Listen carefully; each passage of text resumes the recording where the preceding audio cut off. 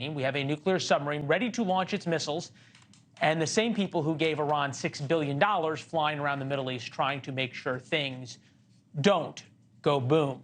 Mark Kimmitt is here, retired U.S. Army Brigadier General, among other accolades. It's good to see you, General. Thank you. I've been doing this for a while. You've been doing it for longer. Have you ever seen the Pentagon telegraph where an Ohio-class sub is headed? I haven't, but I think it's important to clarify that the Ohio-class submarine, like all submarines, are nuclear-powered. However, the Ohio-class SSBNs are designed to carry only conventional weapons and not nuclear weapons. They carry Tomahawk missiles and, of course, torpedoes to defend themselves. But unless something's changed since I was wearing the uniform, those are strictly conventional weapons that they have inside of that those launch tubes. Well, to be fair, you wouldn't need to position the Trident missiles next to Iran. You can sort of launch those from anywhere around. What I'm trying to figure out is why send that message? What is the message being sent to the Iranians? Why give up stealth and sort of the opaqueness that the Pentagon and the Navy always want about where these boats are? What are they trying to telegraph to Iran? Well, first of all, they remain extraordinarily stealthy. While you can say they're somewhere in the Persian Gulf or the Indian Ocean, you don't know where it is. The second thing I think, however, is very, very important, which is since October 10th, when he gave the speech, what I call the no-no speech, what President Biden is trying to do is send a very clear message to those that would try to enter the war.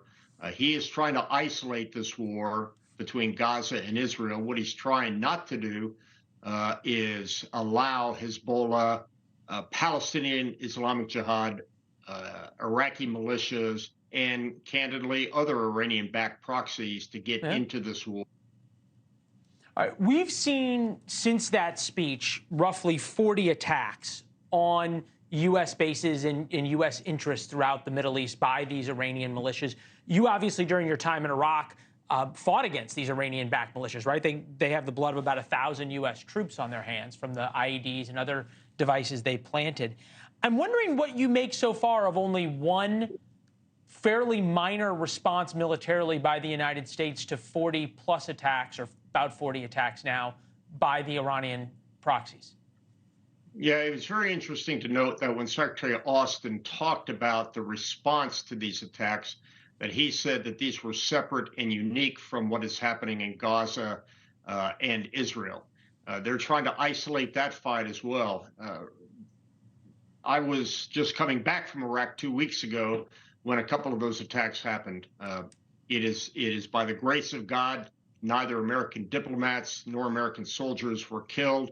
I think we'd see a very, very significant response, and a very different response if any Americans or diplomats were killed as part of those attacks.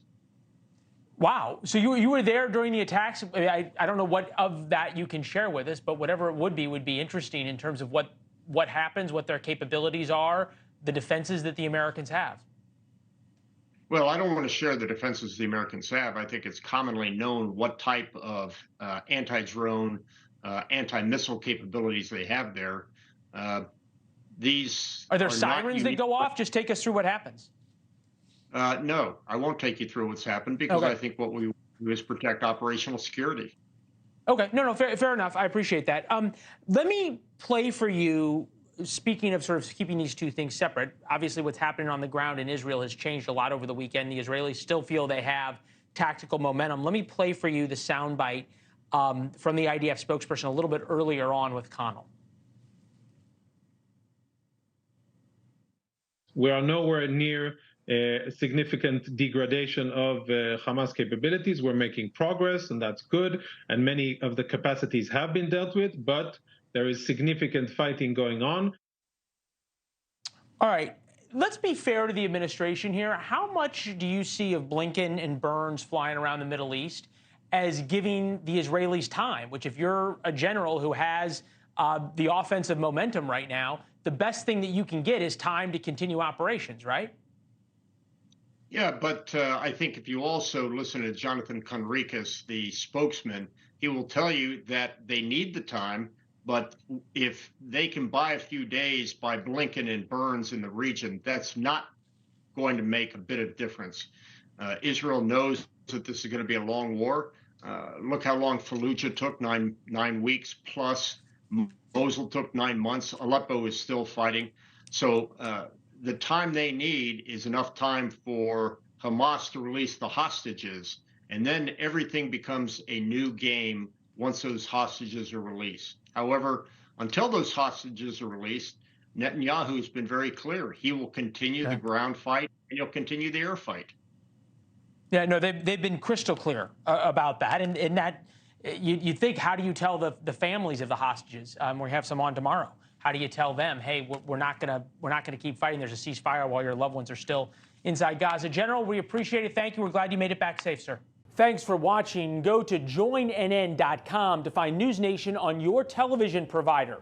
And don't forget to click the red subscribe button below to get more of NewsNation's fact-driven, unbiased coverage.